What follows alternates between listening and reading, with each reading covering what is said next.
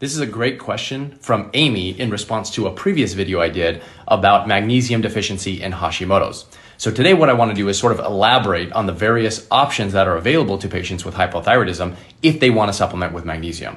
If you weren't already aware, magnesium can become bound to various compounds and substances, and depending on what it's bound to sort of impacts where it's going to go once it's inside of the body.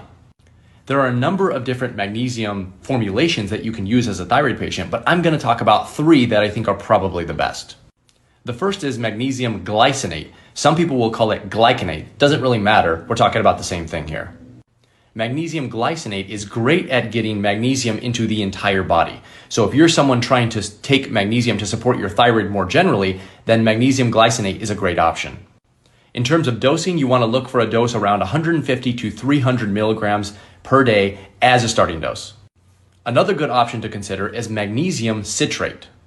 Magnesium citrate is better for those thyroid patients who suffer from constipation because a lot of it stays inside the intestinal tract and helps you with constipation by making your stools a little looser. The dosing on magnesium citrate is much more variable, and I've seen people take as much as 1,000 milligrams per day.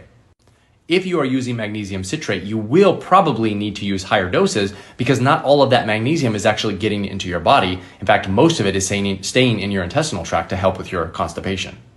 An easy way to dose it is just to start at 150 milligram increments or 100 milligram increments and slowly increase your dose until you start developing loose stools.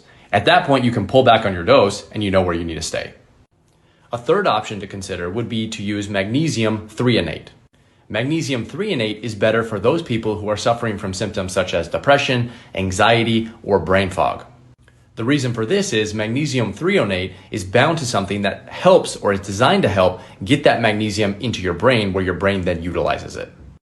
A good starting dose for magnesium threonate is around 2,000 milligrams taken every day.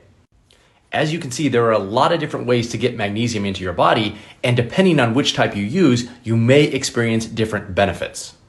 The key here is to use a good quality source of magnesium while avoiding a bad source such as magnesium oxide so you can actually obtain these benefits.